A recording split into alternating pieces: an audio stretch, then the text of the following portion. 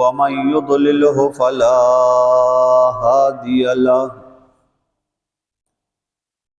ونشهد أن لا إله إلا الله وحده لا شريك له لا نظير له ولا وزير له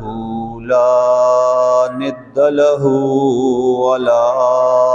ضد له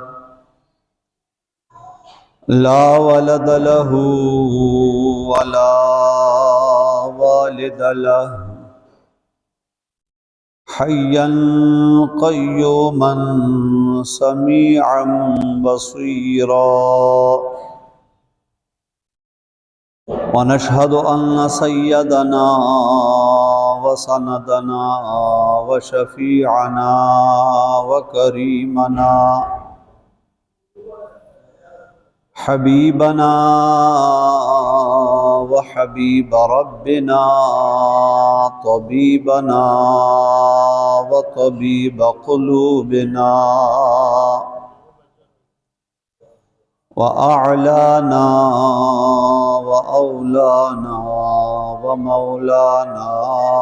محمدا عبده ورسوله أرسله بالحق بشيرا ونذيرا وداعيا إلى الله بإذنه وسراجا منيرا أما بعد فأعوذ بالله من الشيطان الرجيم بسم الله الرحمن الرحيم لا تقنطوا من رحمة الله إن الله يغفر الذنوب جميعا إنه هو الغفور الرحيم مولاي صل وسلم دائما أبدا مولاي صل وسلم دائما أبدا على حبيبك خير الخلق كلهم هو الحبيب الذي ترجى شفاعته لكل هول من الأهوال مقتحم يا رب بالمصطفى بلغ مقاصدنا واغفر لنا ما مضى يا واسع الكرم قال الله تبارك وتعالى في شان حبيبه مخبرا وآمرا إن الله وملائكته يصلون على النبي يا أيها الذين آمنوا صلوا عليه وسلموا تسليما صلى الله على النبي الأمي وآله صلى الله عليه وسلم صلاة وسلاما عليك يا سيدي يا رسول الله صلاة وسلاما عليك يا سيدي يا حبيب الله صلاة وسلاما عليك يا سيدي يا رحمة للعالمين الحمد والصلاة نباد زمادير قابل قدر د ایمان و اسلام خوگو عزت مندو مومنان و مسلمانان رونو ما استاذ دلان دی د قرآن کریم یو آیت مبارکہ تلاوت کرو اللہ جل جلالہ دی مالا د صحیح وینا تاسو له د اوریدو او مونږ ټول له په قرآن و حدیث باندې د عمل توفیق راکړي. عزتمندو کوم آیت مبارکه چې ما ستاسو وړاندې تلاوت کړې ده د هغې ترجمه کوم، بیا د هغې متعلق مختصر بیان کوما.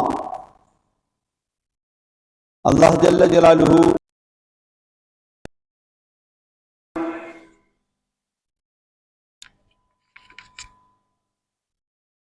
لا تقنطوا من رحمت الله، تاسو منا امید کېږئ د الله د رحمت نه، د الله د مهربانۍ نه، د الله د رحمت نه نا امید کېږئ ما. ان الله یغفر الذنوب جميعا، بشک الله تعالی ټول گناهونه معاف کوي، ټول گناهونه چې کوم دینو دا ریجی.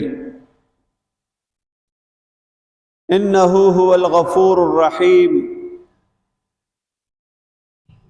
بشکا اللہ تعالی جی کم دے اغا بخون کے او مہربان دے. دا آیت مبارک پہ ابتدا کی اللہ فرمائے لا تقنطوا من رحمت اللہ، تاسو دا اللہ دا رحمتنا نا امید کی گئے ما. مانا دا چې د انسان د پاره نا امیدی نه د پکار، دی به د امید لمن چې دی نو دا پریدي نه، دی به د الله جل جلاله نه امید ساتي.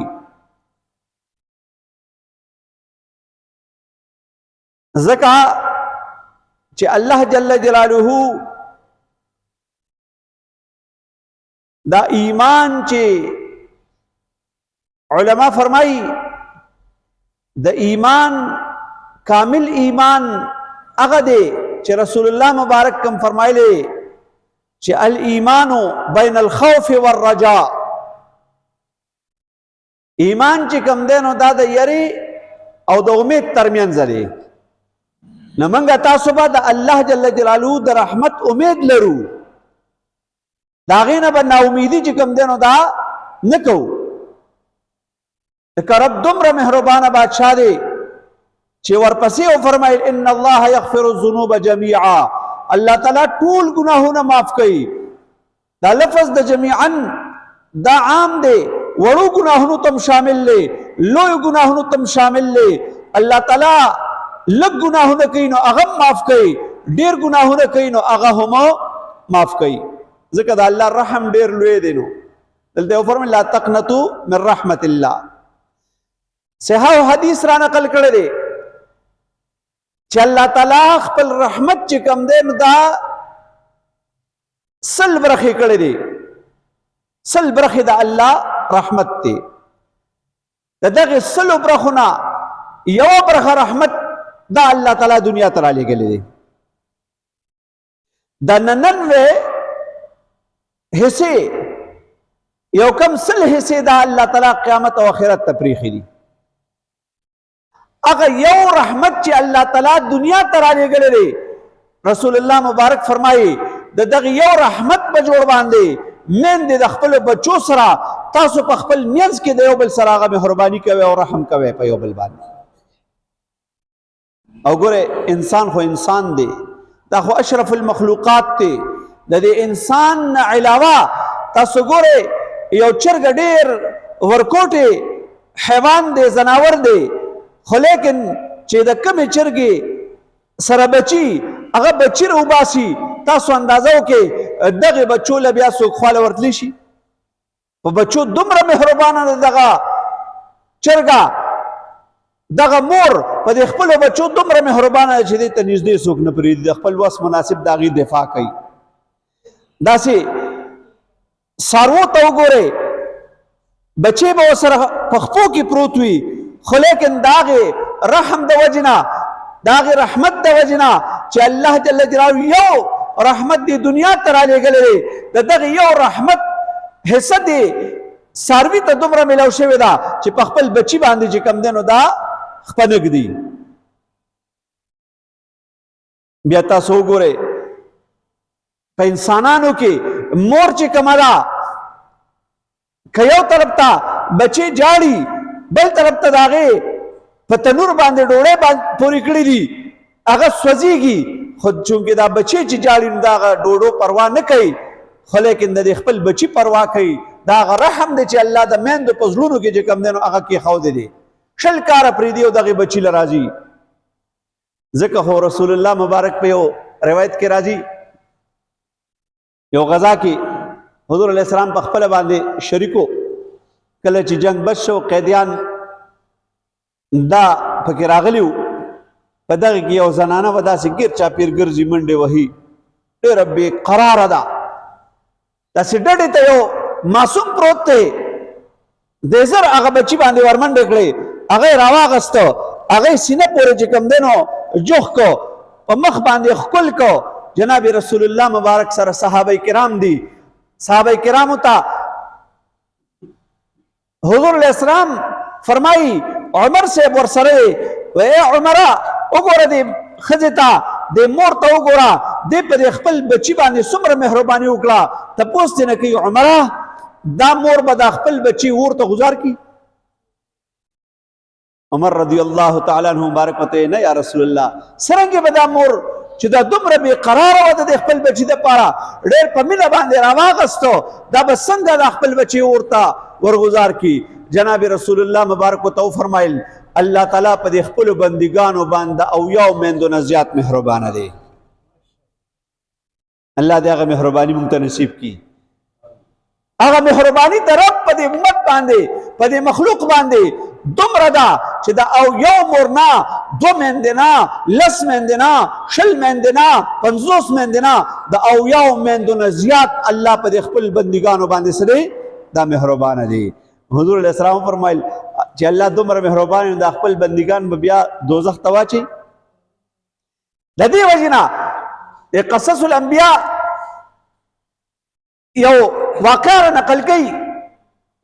چې جناب رسول الله صلی الله علیه وسلم فرمایي چې کله الله تعالی دوزخ پیدا کو دوزخ هغه باندې یو ملائکه موکل کړله هغه ملائکه چې کوم دی د هغې نوم دی خازن نوم چې کوم دی د هغې مالک نوم دی مالک هغه مالک ته وفرمایل د دوزخ سیر وکړه وګرځه په دې دوزخ کې هغه مالک وی ربا نشم ورتلی دنه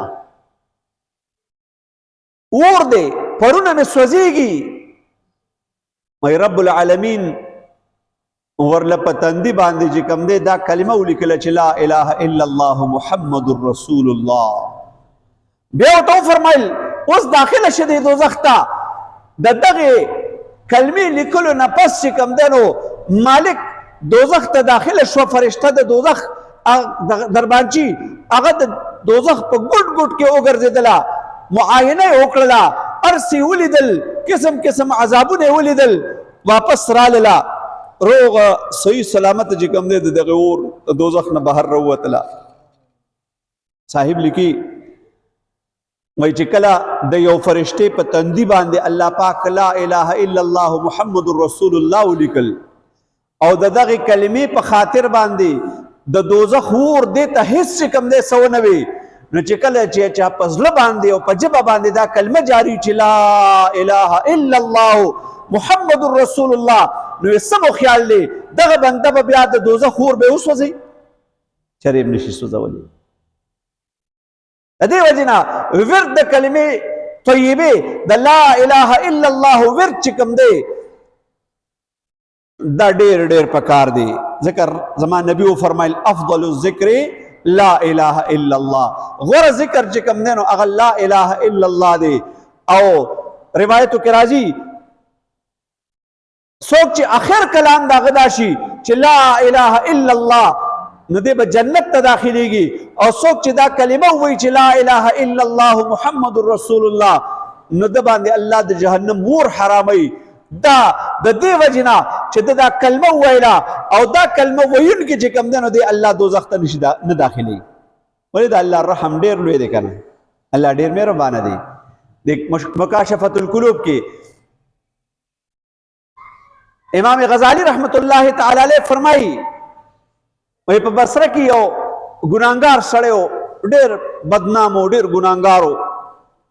او دومره ګناهګار و چې د هغه نه یو ګناه پاتې نه وه وایي دی مړ شو ګاونډ کې ښځې اعلان وکړو یو کور ته بل کور ته پلانې وفات شوی دی هر چا ورته ښه شوي چې وفات شوی دی ملک ته وزګار شو څوک نه ورتله ښځه یوازې ده حیرانه ده د هغه په کفن دفن باندې قبر ورله څوک نه ګڼي غسل ورله څوک نه ورکوي کفن ورله څوک نه ورکوي جنازه پې باندې څوک نه کوي نو دې ښځې دا راولګېدله وایي یاره داسې به وکړمه چې په کرایه باندې په اجرت باندې او په مزدورۍ باندې یو دوه کسان راوستل چې ما سره دله غسل ورکې او دې زما سره چې کوم دی نو ویسې دې بیابان ته صحرا ته چې هلته کې دله قبر وکنو او دې چې کوم دی نو دفن کو ځکه جنازې کولو خو څوک نشته دی هغه دوه کسانو په اجرت باندې د ده چې کوم دی نو هغه لاش واغسته هغه کټې د هغه واغسته دا ښځه ورپسې روانه ده داسې د غره لمن ته چې کوم دی صحرا ته ورسېدل هلته چې ورسېدو یو نیک انسان و په دغې غرونو کې به عبادت د الله جل جلاله کوو په خلکو کې ډېر زیات مشهور و هغه چې کوم دی ورته ولاړ دی په انتظار باندې کله چې دی هلته ورلو هغه نیک انسان ورله راغی د هغه کټ ته چې کوم دی ودرېدو وروستو نه خلک ورپسې روان دي تماشه کوي چې د سره به څه کېږي چې کله هغه نیک انسان یې ولیدو چې دا خو زاهد دی دا خو عابد دی دا خو د الله یو نیک ولی دی دې د ده جنازې ته چې کوم دی مخکې کېږي نو بس هغه کوم چې خلک پاتې شوي هغوی ته اعلان وکړو په منډه خلک لاړو پلانې زاهد عابد سړی نیک ولی الله چې کوم دی نو د هغه جنازې ته ودرېږي او د خلکو ګوره دونه عقیدت او دونه محبت د دې نیکانو خلکو سره و چېرې دا یو نیک بنده د الله جل جلاله دی د ده په معیت کې مونږ مونځ وکړو دا مونځ هم زمونږ دپاره ذریعه د نجات ته ځکه زما نبي فرمایلی دي حضور علیه السلام فرمایي زما د امت یو فقیه یو نیک عالم متقی عالم د پسې مونځ کول داسې لکه د زمانې په پیغمبر پسې چې ته مونځ کوې څومره اجر او ثواب ملاویږي هغه عمره ثواب تا ته الله په دې متقي پرهیزګاره عالم پسې د مونځ کولو الله جل جلاله تعالی درکوي نو هغه خلک ټول راغې د هغې پیر او د هغې زاهد او د هغې عالم په اقتدا کې په هغه باندې مونځ د جنازې وکړو چې مونځ د جنازې پې وکړو اوس دلته خلک حیران دي چې دا څه ماجرا ده ده خو خپله زندګي ټوله داسې تېره کړې ده په دغه کې چې کوم دی په ګناهونو کې نن پلانې ولی الله راغې په ده باندې مونځ وکړو خلکو ورسره مونځ وکړو خلک تپوس کوي چې صاحبه دا مونځ تا ولې وکړو هغه وایي لږ صبر وکړې د دې بیبي نه یې تپوس کومه چېرې د څه داسې عمل کوو چې الله جل جلاله ما ته حکم کړی دی الهام یې ما ته کړی دی کشف یې ما ته وکړو چې لږ شه په ده باندې مونځ د جنازې وکړه وایي د بیبي نه چې تپوس وکړو وایي دی خو ډېر ګناهګار و ورځ او شپه به ده په مدهوشۍ کې او په شرابو کې او په ګناهونو کې تېرېدله خو لیکن ده یو 3 کارونه به داسې کول کله چې دی به سحر پاڅېده نو وی ده به اودس وکړو مونځ به د جمع د سهار مونځ به ده د جمع وکړو خو چې کله د هغې نه به راغې ده به ځان سره یو څو فقرا راوستي او فقراو له به چای ورکړله هغې له به یې ډوډۍ ورکړله ده به صدقه کوله دغه ټیم کې یو دا عمل به کو دویم عمل به دا کو چې د ده په کور کې به خامخا 2 او 3 او 4 مساکین مسکینان یتیمان دا به د په کور کې وو او د ده معمول دا و چې هغه پردی یتیمه که یو به و که 2 به و که 3 به و د ده په کفالت کې به و ده به د هغې دومره خدمت کو دومره خیال به یې ساته چې د خپلو بچو نه به یې زیات د هغې قدر کو او درېیمه دا وایي دی چې به کله په هوش کې د شپې راغې شراب به یې څښلي وو مدهوشۍ نه به په هوش کې راغې نو یې ده به لاس اوچت کړه چې یا الله زه خو ډېر ګناهګار خطاکار یم خو یا الله دا معامله زما او ستا ده رب العالمین زه ستا نه بخښنه غواړم ما ته بخښنه نصیب کا وایي دا 3 کارونه په ده کې وو هغه بزرګ خلکو ته خطاب کوي وایي دا 3 اعمال چې په ده کې وو چې یو صدقه ده دویم د یتیم کفالت دی او دریم چې کوم دی په شپه کې د رب نه دعا غوښتل دی نو دا الله ته ډېر محبوب دی الله د دغه په خاطر باندې د ټول ګناهونه معاف کړو ځکه د سر د مخلوق حق نه و د خالق سر د معامله وه او خالق چې کوم دی نو هغه خو فرمایي